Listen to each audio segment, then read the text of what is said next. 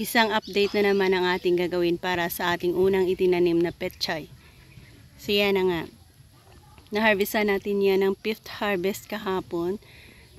Dahil ang ating kinukuha yung mga matured leaves lang.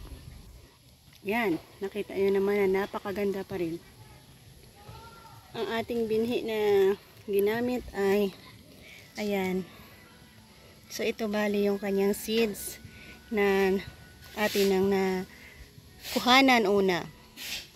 Meron na naman tayo ditong another bed na pwede natin next dyan sa ating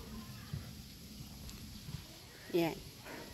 So dito kung paano natin gagawin, samahan nyo ako dahil sa sabay-sabay tayong magtanim. Kung paano nga ba natin gawin ang ating pagtanim sa ating seeds ng ating petchay na ito. So yan, from that, so gagawa tayo ng another bed dyan.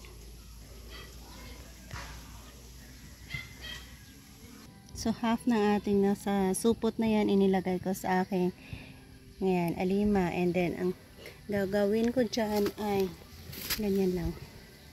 Isa-isa nating ilagay dyan.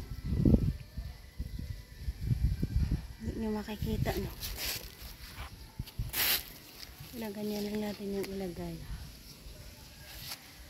At magkaroon na tayo ng madaming petchay.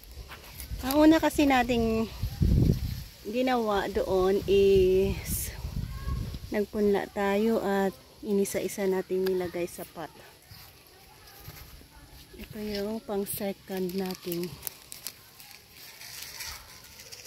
Ay, ang dami niya, no? So, mayroon pa tayong natira. So, wag natin ubusin. So, ganyan lang. Next na gagawin natin, konting padaan lang ng ganyan.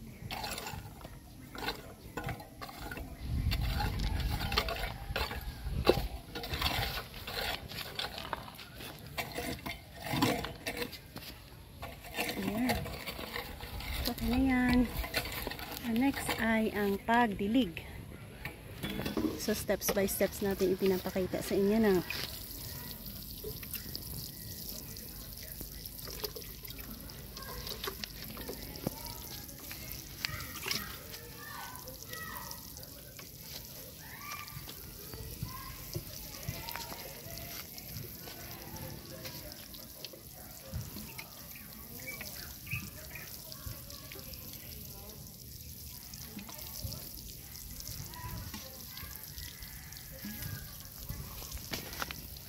Ayan, matapos nating madiligan, takpan natin.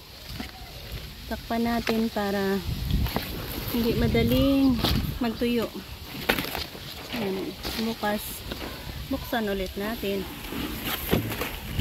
Ayan. Takpan natin ng dahon ng